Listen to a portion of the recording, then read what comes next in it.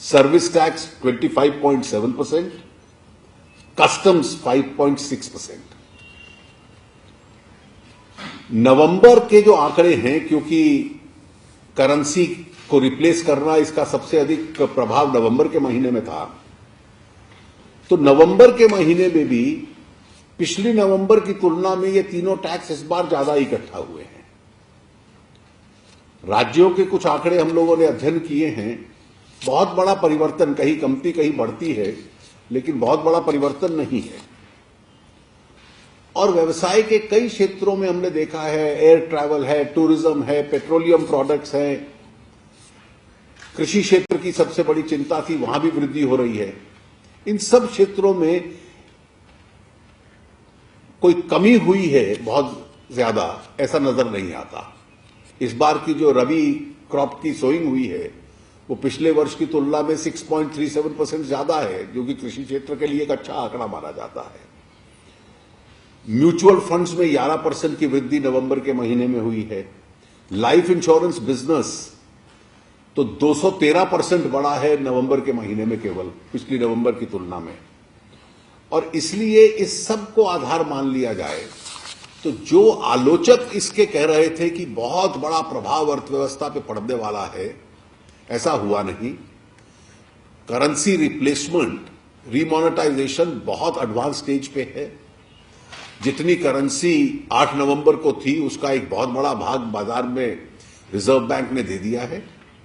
Reserve bank के पास अभी भी पर्याप्त करेंसी है और बहुत अधिक मात्रा में करेंसी रीसर्कुलेशन में भी आ गई है। और इसलिए आने वाले सप्ताहों में ये स्थिति और सुधर सकती है। ये इसलिए आवश्यक था कि पिछले कुछ सप्ताहों के 8 नवंबर के बाद के विशेष रूप से हम लोग आंकड़े देखें तो अर्थव्यवस्था के ऊपर जो प्रभाव का जिक्र होता था वो कितना हुआ है वो इन आंकड़ों से स्पष्ट हो जाता है। लोगों के अंदाजे और टिप्पणियां गलत हो सकती हैं, लेकिन जो टैक्स आता है वो तो फिजिकल होता है, उसमें गलती का अनुमान होने की कोई गुंजाइश नहीं रहती। Trying to remonetize the system now, are you consciously making some reduction in the remonetizing figures that you? I think this is a decision the Reserve Bank will take, and they'll certainly be guided by the requirements of the market. But obviously, one of the intentions, as far as the government of India is concerned, is that the paper currency should shrink, and a large part of businesses must also be in the alternative digital or check modes.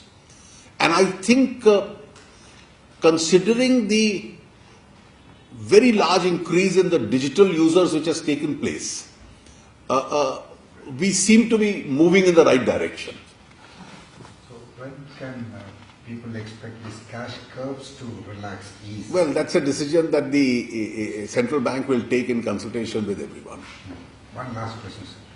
Now, critics, as you said, feared a lot of hit on the GDP. वित्त मंत्री जेटली को आप सुन रहे थे। उन्होंने साफ तौर पर नोटबंदी में साथ देने के लिए लोगों का शुक्रिया अदा किया। उन्होंने साफ तौर पर कहा कि देश की अर्थव्यवस्था को नोटबंदी से कोई नुकसान नहीं है, बल्कि इससे राजस्व बढ़ा है, राजस्व में इजाफा हुआ है। उन्होंने साफ तौर पर कहा कि 6.3% की रबी की फसल में बढ़ोतरी हुई है। 11% म्यूचुअल फंड में बढ़ोतरी हुई है। इसके अलावा उन्होंने आंकड़ा दिया डायरेक्ट टैक्स का। उन्होंने कहा 13.6% डायरेक्ट टैक्स में इजाफा हुआ है।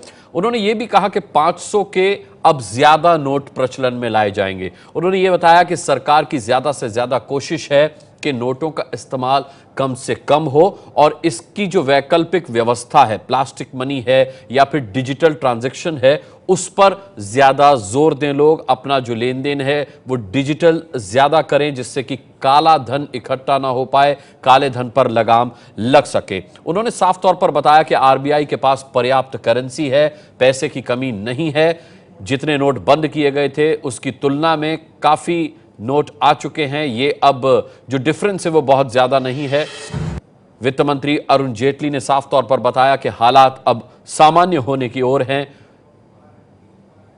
नोटबंदी के बाद राजस्व में बढ़ोतरी की बात उन्होंने कही। अरुण जेटली वित्त मंत्री जानकारी दे रहे थे। नोटबंदी के बाद आज की तारीख में मौजूदा हालात पर।